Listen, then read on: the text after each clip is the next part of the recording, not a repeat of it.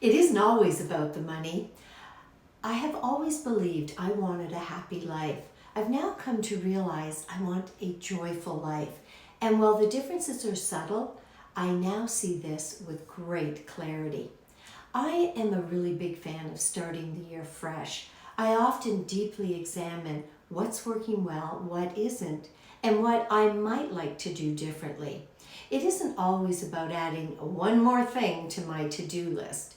It often involves deciding what to remove from the list. It's all in an effort to give my life more balance and meaning, and it's always a question I ask myself.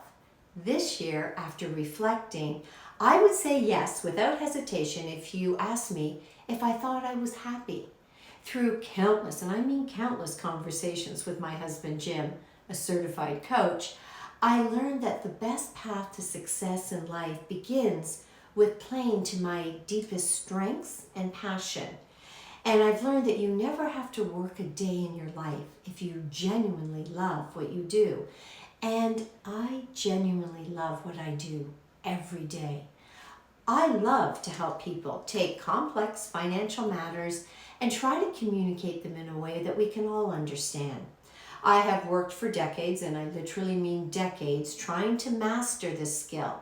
I have found happiness in the fleeting moments after a presentation, conversing with a colleague, or simplifying a concept. And I've come to realize happiness has often come from external experiences, achievements. Now, there's nothing wrong with that, but for me, it didn't last very long. Joy, on the other hand, has come from this inner fulfillment, a feeling of gratitude. It's personal.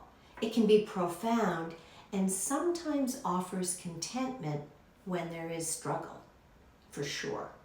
We just returned from a trip to India, and what a fantastic adventure we had. We learned, reflected, celebrated, observed. I often asked about the poverty many experienced, and yet the apparent happiness frequently demonstrated. The response was almost always the same. A gentleman I was speaking with in Jaipur said, "We don't sit and cry and say to ourselves, we don't have this or we don't have that. We ask ourselves what we do have. How can we survive with that? That is our secret not only to happiness, but joy." I needed to reflect on this for a bit because this perspective took my happiness insight to another level. Strengths and passion are critical to success. However, to continue to grow, I needed to take it a step further and really focus on what gives me joy. It is so much more than just loving what you do. When I think about the next few decades, I want them to be more focused on joy, specifically what I do and who I decide to spend my time with. Of course, the natural question is, can your happiness bring you joy? And I believe that it can. I enjoy starting my day with my husband and a great cup of coffee, which he makes, being involved with our grandchildren, and having deep conversations with our adult children. I've been reflecting and clarifying my values and life's purpose in quiet times. A big breakthrough for me was looking closely at the people in my life, family, friends, and acquaintances.